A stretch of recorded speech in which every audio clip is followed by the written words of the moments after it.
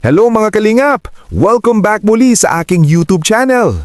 Sa mga bago pa lang po dito sa ating channel, huwag niyo pong kakalimutang mag-subscribe at i-click ang bell button para lagi po kayong updated sa ating mga bagong upload na video.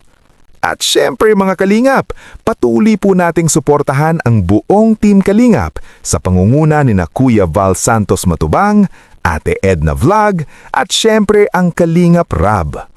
Huwag din po nating kalimutang suportahan ang lahat ng kasamahan natin sa buong Team Kalingap. Nandyan po ang K-Boys, Kalingap Partner, Kalingap Reactor, at lahat ng charity vloggers sa buong Pilipinas na patuloy na tumutulong sa mga kapwa nating nangangailangan. Mga Kalingap, wala pong maliit o malaking tulong. Ang mahalaga, sama-sama. Ang usap-usapan na nakakakaba. Ngayon po mga Kalingap, ito na ang pagpapatuloy ng ating napag-usapan kanina. Kanina po ay nagbukas tayo ng isang diskusyon. Hindi man ito formal na survey, kundi paghingi ng opinyon mula sa mga taga-suporta ng iba't ibang love teams sa loob ng Kalingap. At aminado po ako mga Kalingap, kinakabahan talaga ako. Hindi lang kayo, pati ako po ay nakakaramdam ng kaba. Dahil sa mga balitang kumakalat ngayon, marami po ang nagsasabi na may isa na namang love team ang posibleng magwakas. Isang love team na posibleng tuluyan ng mag-the end. At kapag love team ang pinag-uusapan, hindi lang po ito basta content. Emosyon, samahan, at komunidad ang nakataya. Big Four love teams, malaking epekto. Ngayon talaga mga Kalingap ay tumitindi ang kaba dahil may mga nagtatanong na, paano kung isa sa Big Four ang tamaan?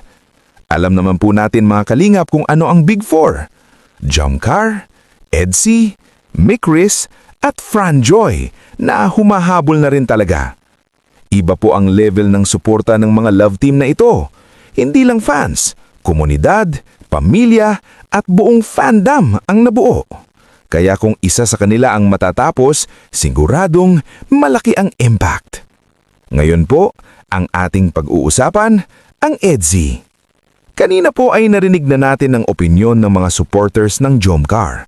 Ngayong araw naman mga Kalingap, ang bibigyan natin ng boses ay ang mga nagmamahal sa Edsy. Kay Kalingap Edu, kay Viancy at sa buong EDC community. Ang tanong po natin, bakit sa tingin ninyo ay hindi ang Edsy ang tinutukoy na love team na matatapos?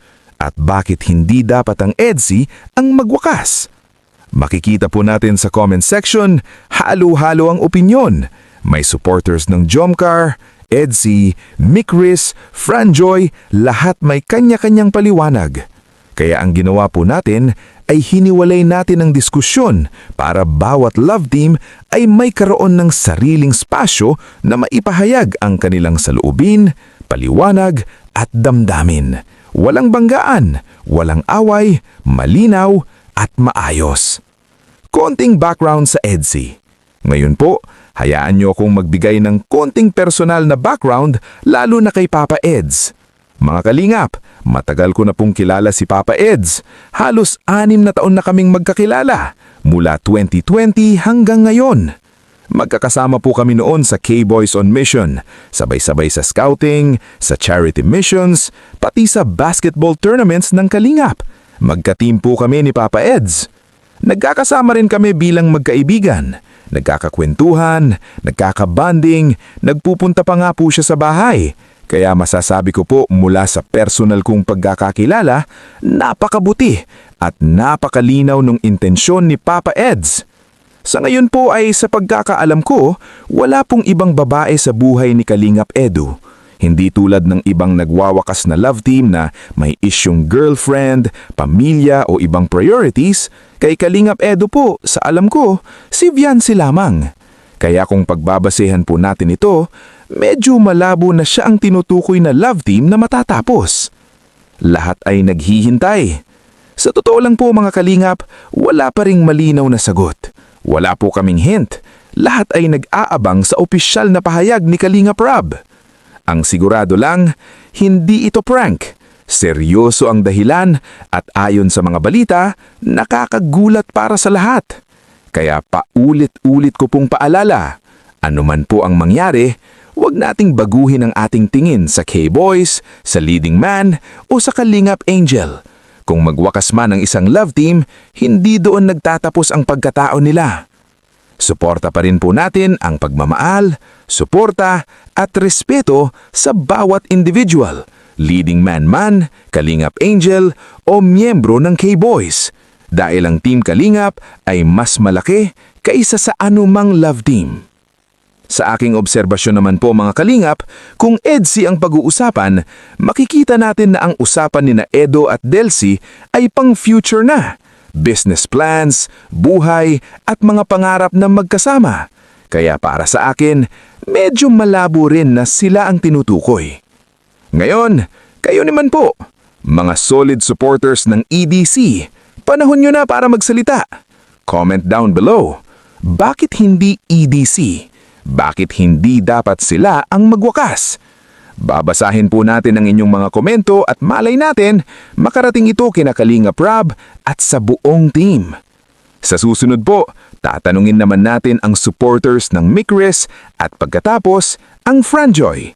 Isa-isa po nating bibigyan ng boses ang bawat komunidad. Maraming salamat po sa inyong panonood. Huwag kalimutang mag-like, mag-comment, mag-share at mag-subscribe. God bless mga Kalingap! Hanggang sa susunod na video. Bye-bye! Konting background sa EDSI.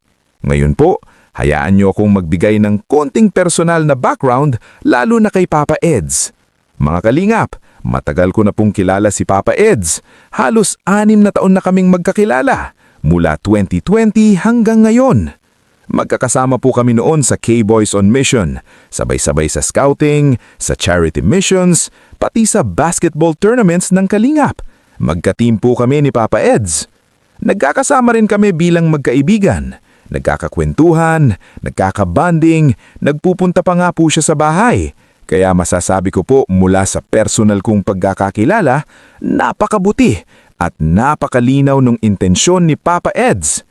Sa ngayon po ay sa pagkakaalam ko, wala pong ibang babae sa buhay ni Kalingap Edu.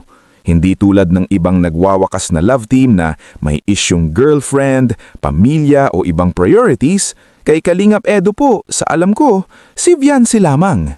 Kaya kung pagbabasehan po natin ito, medyo malabo na siya ang tinutukoy na love team na matatapos. Lahat ay naghihintay. Sa totoo lang po mga Kalingap, wala pa ring malinaw na sagot. Wala po kaming hint. Lahat ay nag-aabang sa opisyal na pahayag ni Kalingap Rob. Ang sigurado lang, hindi ito